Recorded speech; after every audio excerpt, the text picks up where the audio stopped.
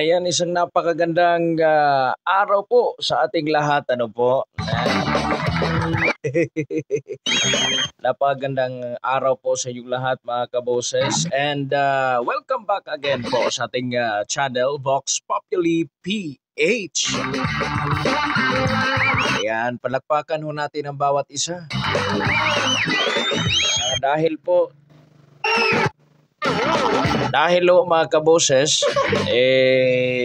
buhay pa tayo, no? May ginhawa pa tayo mga kaboses. O may hininga pa tayo. Kung sa Bisaya pa, kung sa Cebuano may ginhawa pa ta. Magandang araw, no, mga kaboses. And of course, sa lahat ho mga kaboses, ng atin pong tagapakinig all over the world mga kaboses. And welcome kasi nakita ko sa analytics natin, may mga OFWs ho tayo na nakikinig at nanunood ho sa atin hong programa o sa atin po mga episodes dito sa Vox Populi PH mga kaboses. Ngayon ho mga kaboses, tatalakayin ho natin mga kaboses itong napakainit ho.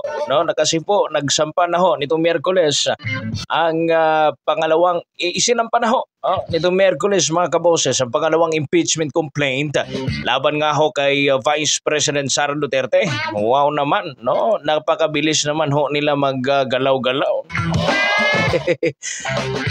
Doon ho sa Kamara de Representantes, no, na isang panahon mga kaboses, layunin nga daw ho ng naturang reklamo na mapatalsik sa pwesto ang pangalawang pangulo ho ng Pilipinas.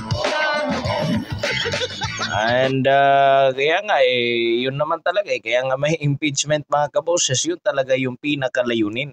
No, mahigit na 70 katao daw ho mga kaboses mula sa iba't ibang sektor ang naghain raw ho ng impeachment complaint. Dakong alas 3:30 daw ho ng hapon sa Office of the Secretary General. Dito po malalaman ho natin sa balitang ito kung ano ho yung laman o sino-sino ho yung mga nag-file. Mga kaboses, kilala nyo kaya sila o baka bagong sulpot lang sila mga kaboses? I think kilala nyo sila mga kaboses, yung mga nagsampa ng impeachment complaint. Ano po? Ito pakinggan natin itong balita mula po sa Frontline Express ng News 5, mga kaboses.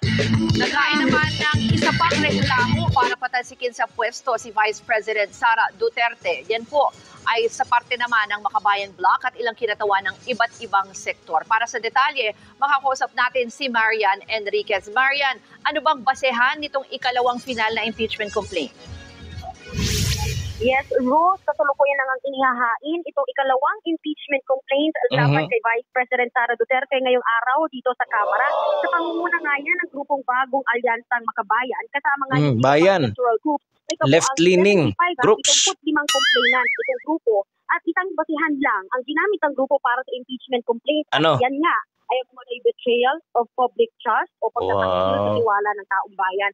Inilatag din nila ang tatlong articles of impeachment. Una nga dyan, matindi umano yung pang-abuso ni VP Sara sa kanyang discretionary powers. Kaugnay sa paggasta ng higit 612 million pesos na confidential funds. Paano yung mga nakaupo ngayon? 2023. Ikalawa, pinagsaksilan daw ni VP Sara ang tiwala ng publiko sa pamamagitan ng malawakang kawalan ng transparency at pananagutan.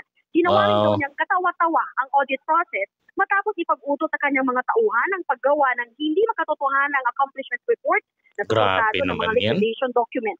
At ang anilay pagsuway sa kanyang tungkulin bilang opisyal na kilalanin ang kapangyarihan ng Kongreso na magdaos ng pagdinig tungkol sa budget at mag-imbestiga in aid of legislation. Marian, habang nangyayari yan, dyan naman ata sa labas ng batasan, meron ding mga mga aktibidad ng ilang grupo? I'm sure may protesta yan. Kasi nitong filing, nitong impeachment, ay may nagprotesta rin ng mga grupo, no? Mga nag-file na ito kasama yung ibang pang mga sectoral groups sa labas ng Kamara para ipanawagan nga yung pagpapatalsik kay VP Sara Duterte. Pero bago nga yan, kaninang umaga, nagsagawa naman ng kilos protesta yung ilang grupo. Yan ay para suportahan yung pagsasabatas ng Anti-Extrajudicial Killings Act na layong ituring na heinous crime ang EJK at panagutin ang mga law enforcement agency at mga opisyal ng gobyerno na sangkot at nagpapahintulot dito. Yan muna yung latest. Balik sa'yo. Maraming salamat, Marian Enriquez.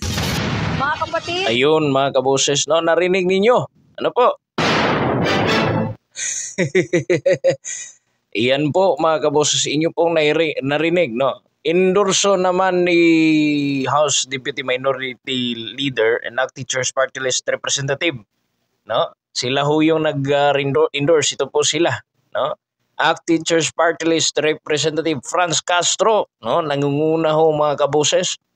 Gabriela Women's Party List Representative Arlene Brosas, Kabataan Party List Representative Raul Manuel, ang naturang reklamo ho laban kay Vice President Sara Duterte.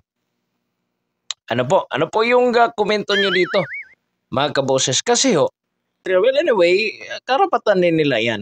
Ano po mga kaboses, maghihintay na lang tayo kung ano talagang pinaka-resulta ng paghain ito. Dalawa na ho yung impeachment complaint, no, laban kay Vice President Sara Duterte, mga kaboses. Kabilang ho sa mga nagsilbing complainant ang ilang miyembro ho ng Bayan Muna, Alliance of Concerned Teachers, no?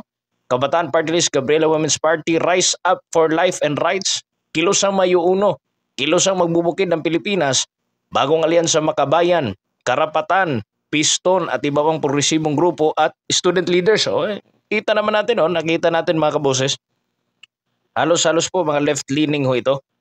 Malamang malamang kalaban talaga yung gobyerno. Baka ang isusunod pa nga nito mga kaboses kung talagang papatulan ito ng Kongreso, susunod dito si PBBM. No, kasi kalaban talaga nila ang gobyerno talaga. Kasi galit na galit ho yung mga yan sa ating gobyerno, mga kaboses.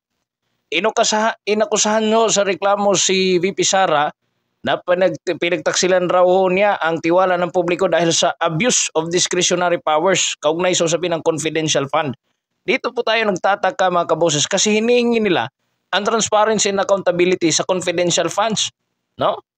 Paano magiging confidential yan kung may transparency? Di sana hindi na lang yan tinawag na confidential. Confidential means wala talagang dapat makaalam kung saan ginasta yung pera. Ano po, mga kaboses? Ibig sabihin, no? Sikreto. Confidential nga ano po. Meron bang confidential na ilalatag mo yan dyan? Kaya nga dapat wag tayong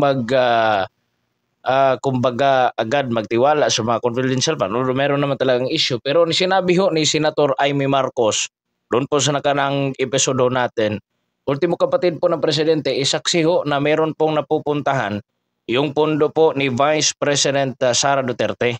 Yung mga pera po, mayroon pong napupuntahan kasi may satellite offices.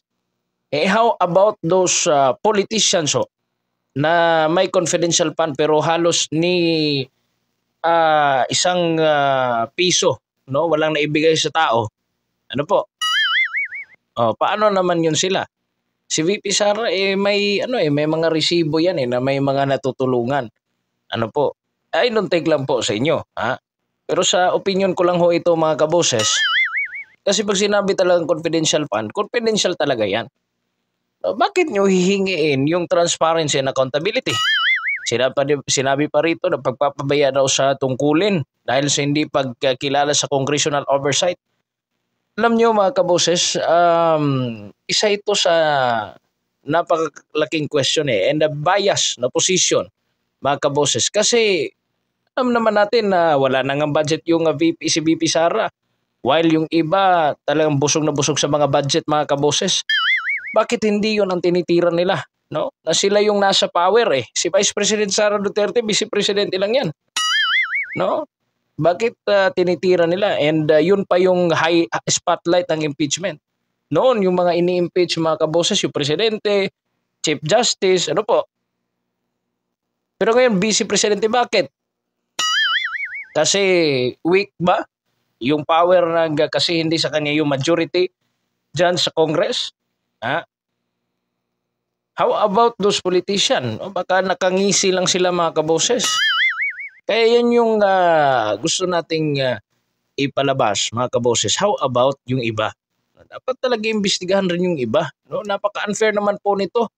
Halatang parang pinopolitika talaga itong mga Duterte. Pero hindi ko masabi kung ano talaga yung pinaka pero kailangan rin itong harapin ni VP Sara. Ano po mga kaboses? And I know na haharapin ito ni VP Sara Duterte, and I'm sure na ready na sila. And yung mga tao rin, ready na rin sa kanilang mga opinion. Kaya kayo mga kaboses, ano yung nakikita nyo dito sa mukha na ito mga kaboses? Mga impeachment, sunod-sunod na impeachment complaint, kahit na sinabi na ng Senado at Kongreso na gipit na sa oras, gipit na sa araw, medyo alanganin na para i-pursue. Ano po? Pero todo complaint pa rin. File pa rin sila ng complaint, mga kaboses. Kayo, ano yung masasabi nyo rito, mga kaboses? Open po ang comment section natin. Para dyan, mga kaboses. And comment lang ko kayo. Huwag ko kayong matakot, mga kaboses. Nitong nakaraang Lunes, sinampa ng advocacy group ang unang impeachment complaint laban kay Duterte, VP Duterte. Sinabi naman ni Secretary General Reginald Velasco na ipapadala niya sa Office of the Speaker ang lahat ng impeachment complaint na kanilang matatanggap. Kaya nga ito rin yung sinabi ni Pangulong Ferdinand Marcos Jr. na hindi siya pabor sa planong ipa-impeach si VP Sara dahil hindi makikinabang ang tao rito. O nakita na yan mismo ng presidente. Kaya nga may pasaring si paipatutsada si Senator Amy Marcos na kay House Speaker Martin Romualdez na baliwalain na lang yan. Makinig na lang sa presidente. And I'm sure, ewan ko lang kung talagang pakikinggan nila ang presidente, magkaiba sila ng power eh. Si Presidente Marcos hanggang dyan lang yan sa pagpigil. Pero yung totoo talaga, hindi siya makakapigil sa plano ng Kongreso. Kung talagang gusto na nilang i-pursue o i-push itong impeachment laban kay VP Sara. Comment down below ho kayo mga kaboses. Share nyo naman po, like, subscribe, and syempre click the notification bell po para updated po kayo sa lahat ng pangyayari sa tilipunan mga kaboses. Comment ko ho ang inyong opinion regarding po sa issue na ating napag-usapan ngayong araw. Vox Populi PH, maraming salamat po sa inyong pakikinig mga kaboses, and see you in the next video mga kaboses.